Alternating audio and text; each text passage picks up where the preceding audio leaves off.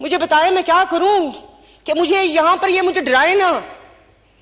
25 दिन से डराया हुआ इन लोगों ने, हर किसी को डराया हुआ है। फोन पे बात करती, किसी से रखो फोन, फोन पे बात नहीं करो। अरे फोन पे बात ना करूं तो क्या करूं मैं? क्या किसी से बात नहीं कर सकती? तो मैं यहां पर कहना चाहती हूं कि भाई मुहब्बा वतन है। मेरी पार्टी को तो इन सब लोगों ने बोला था कि तुम लोग तो उनकी गोद में बैठे हुए हो, तुम लोग तो प्रो फेडरेशन हो। हमने तो कुछ नहीं बोला, तो कम से कम खुदा के वास्ते ना डराए मुझे। मैं अकेली, मेरे बच्चे हैं, मत डराए मुझे। अगर मैं बैठकर ऐसे कोई ट्वीट कर देती हूं या कोई बात मैं कर देती हूं तो उसका मतलब इस्लाह होता है। ये नहीं मैंने बोला कि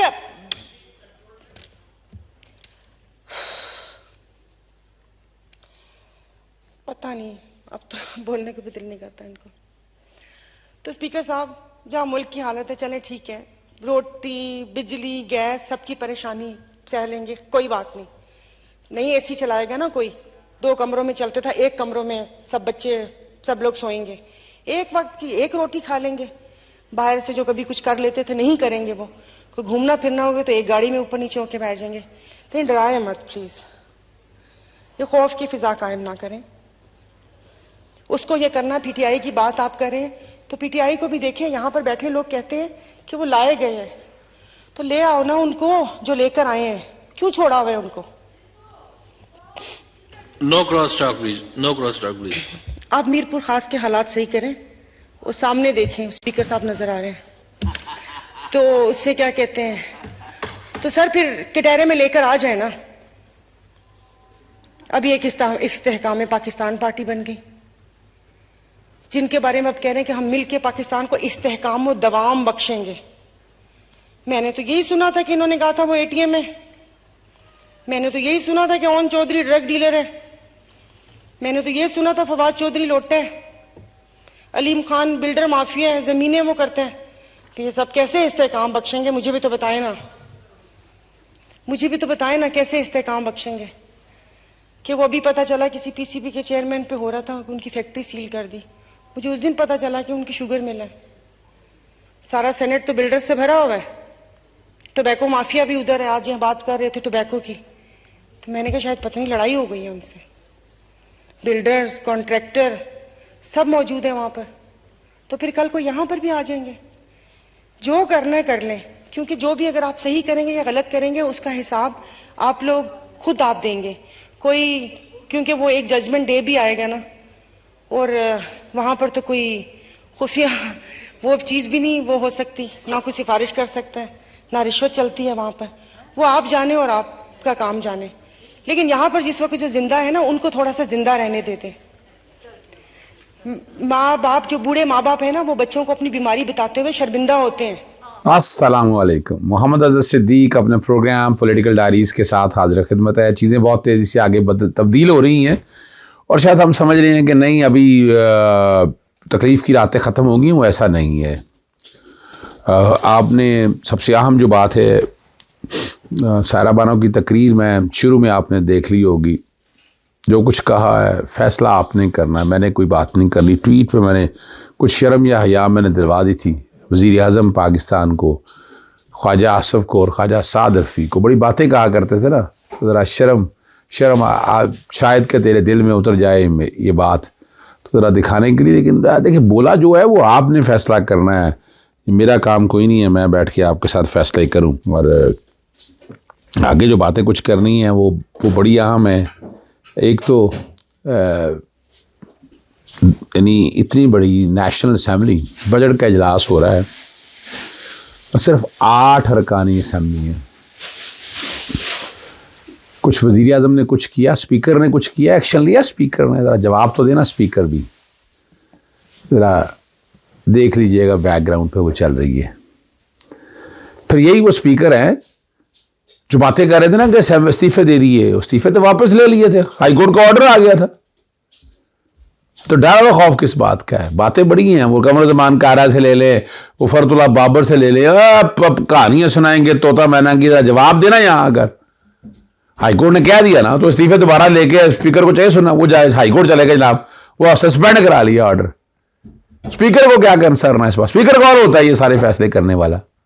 लेकिन ये सिर्फ चेहरे दिखाने के लिए आप तक है, ताकि आप समझ सकें इन बातों को। और बड़ा अहम जो बात है वो हमारे दोस्त, हमारे भाई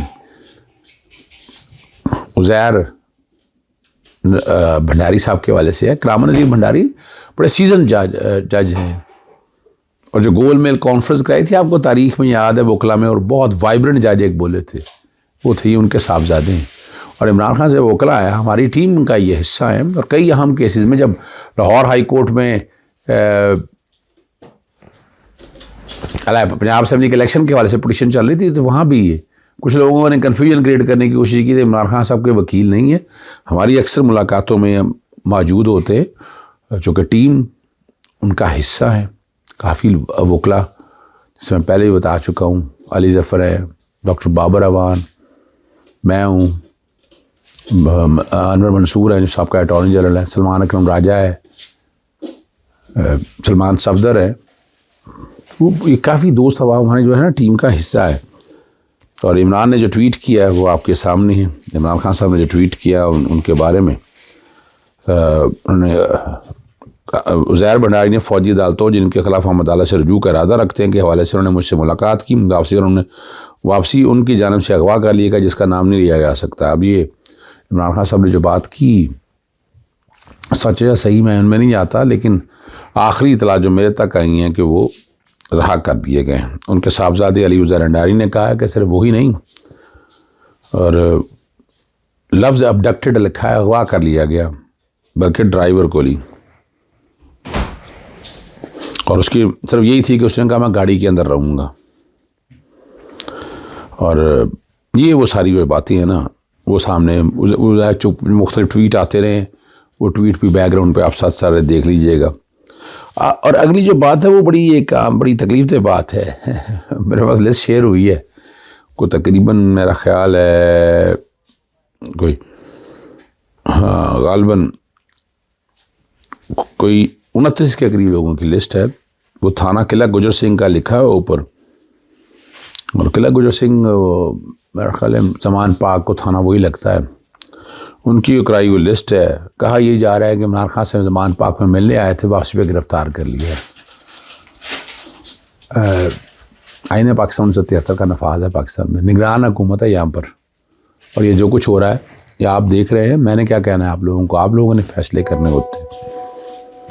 और वो लिस्ट भी चल रही है। और जो मैंने ट्वीट किया कि मैंने वजाहत पूछी थी कि वजह बताए इन अफराद को किस कानून के तहत गिरफ़्तार किया गया और आज ही क्यों गिरफ़्तार किया गया। ये कल की ट्वीट है मेरी और बैकग्राउंड पे चल रही है। आगे हम ले चलते हैं। हमारे दोस्त हैं, इनको बड़ी ज़्यादती हुई है। इनका ना जज जो है, जज के बतौर बड़ा काम किया बतौर हाई कोर्ट के एडिशन जज के, जी शान गुल साहब असूलों पे चलने वाला आदमी है। बहुत से लोग गिला मेरे से दोस्ती थी इनकी, भाइयों की तरह है। जब एडवोकेट जनरल पंजाब बन के मुझे बड़ा अजीब सा लगा। मैंने कहा ये इस एजेंडे का हिस्सा तो ये हो नहीं सकता। और जिस तरह ये हुकूमत चलाई जा रही है वहाँ से आप अंदाज़ा लगा लें। आप अजीज़ चंद ने जो कहा है वो ज़रा आप सुन लिया होगा आपने, मैं दोहराना नहीं चाहता उस बात को कि उन्होंने क्या बात की है, लेकिन इन्होंने बड़ी ज़बरदस्त से कुछ तहरीरें सच बोलती। निगरान वज़ीर आला पंजाब और काबीना को घर चले जाना चाहिए। शहबाज शरीफ बतौर वज़ीर आज़म अच्छी मुलाजमत कर रहे हैं, जवाब नहीं देना रब पाक को। या शुरू में सारा बानो ने आपको कहा है, उस रब की अदालत में भी जवाब सही होनी है। वो कोई और तरीका ले लें भाई। आप निगरान हुकूमत क्या चाहती है? इलेक्शन कराए। इलेक्शन जो इसका काम है, जो मैंडेट है, ये क्या पॉलिटिकल विक्टिमाइजेशन और पॉलिटिकल इंजीनियरिंग कर रही है यहाँ पर बैठी। और रिज़ाइन जो शान ने भिजवाया है वो गवर्नर को विद रिस्पेक्ट और मोहसिन चीफ मिनिस्टर पंजाब को प्राइवेट प्रैक्टिस हो रही है उनकी, और परमानेंट जज के तौर पर नहीं आ सका। मोहसिन नकवी साहब ने और चीफ सेक्रेटरी साहब ने और एडिशनल चीफ सेक्रेटरी ने कहा था कि वो एडवोकेट जनरल पंजाब की तरफ है, और उन्होंने अपना काम जैसा भी बड़े शॉर्ट स्पैन के लिए बहुत किया कि जब उन्होंने एज्यूम किया तो उनके हाईलाइट किया द ऑफिस वॉज कि जो 1 साल से काम चले आ रहे थे, जो पेंडिंग थी, 27 के नोटिस थे, वो सारी चीज़ों को सामने रख कर और भैया आपने निगरान वज़ीर आला के तौर पर ही काम करना था ना। और यहाँ जो बातें उन्होंने कही हैं वो बड़ी ज़बरदस्त बातें, वो बैकग्राउंड पे उनका इस्तीफ़ा भी चल रहा है, वो आप लोगों के नॉलेज के लिए मैं चला रहा हूँ ताकि आप समझ सकें कि ये मुल्क किस डगर पे चल रहा है और इसको किस तरह चलाया जा रहा है। और बहुत से लोगों को कहा कि यार ये आप देखिए, मेरा काम आप तक इन्फॉर्मेशन फ्राहम करना है, फ़ैसला आप लोगों ने करना है, तस्वीर का सारे रुख आप लोगों तक पता होनी चाहिए। मैं बार बार आपको बता रहा हूँ, अगली बारी एतजाज़ एहसन की हो सकती है। एक सीजन्ड आदमी, आपने देख तो लिया कि क्या हाल हुआ। इमरान रियाज आज भी घर नहीं आ सका, लॉलीपॉप दे रहे हैं पुलिस वाले, निगरान हुकूमत वाले, जनाब आ जाएगा, कल आ जाएगा। बिल्कुल ठीक है। अजीज़ो कार अभी खामोश इसलिए हैं कि वो बड़ा रिस्क, अल्लाह को ऐसा हालात और वाक़यात ना बन जाए। जबर से तो नहीं चला सकते मामलात को, याद रखिएगा। और यह मकबूल जान के साथ क्या हुआ, समी इब्राहिम के साथ क्या हुआ, आफ्ताब इकबाल के साथ क्या हुआ, जमील फारूकी आपने देखा, बहुत से लोग आपने देख चुके हैं। हमारे साफ़ियों के साथ जो ये सारा कुछ हो रहा है, ये इसी पीडीएम की हुकूमत के दौरान हो रहा है। और डूबने का मकाम है, जवाब नहीं है इनके, किसी के पास भी जवाब नहीं है इस बात का। कब तक बेवकूफ़ बनाते रहेंगे इस निज़ाम को। ये निज़ाम अब इनके हाथों बेवकूफ़ बनने वाला नहीं है। मुल्क को आगे चलने दें। ये मेरी और आपकी ख्वाहिशात के मुताबिक मुल्क नहीं चलना, आवाम जैसे चलना चाहती है चले। और आईने पाकिस्तान 1973 का निफाज करें उसकी असल शक्ल के अंदर। मेरी गुजारिश होगी मुतल्लिका लोगों से, ये वकला को मत तंग करें आप लोग। वकला को उनका अपनी जिम्मेदारी निभाने दें। और हमारी आन है हमारे वकला बरादरी, वो चाहे एतजाज़ एहसन हो, सरदार लतीफ़ खोसा साहब हो, कोई भी वकील हो, उज़ैर भंडारी हो, ये जितने भी वकला हैं, आप बता दें हम इस बारे में इकट्ठे हैं। हम इस तरह की ये धमकियां ज़ोर से बाज नहीं आने वाले हैं। ये सब लोग ये आइन और कानून की बालादस्ती की जंग लड़ते रहेंगे, ये हमारी जिम्मेदारी। हाँ, 2 बातें हैं, कॉम्प्रोमाइज़ नहीं है। There is no compromise on the integrity of a country और अ रिलीजन। इस पे कॉम्प्रोमाइज़ नहीं होगा, मुल्क की सालमियत पे कोई कॉम्प्रोमाइज़ नहीं होगा। ये बताना पड़ेगा कि मुल्क की सालमियत पे कौन कॉम्प्रोमाइज़ कर रहा है, वो कौम को समझ आनी चाहिए। अभी तो फ़िलहाल ऐसे हालात और वाक़यात हम नहीं देख रहे हैं।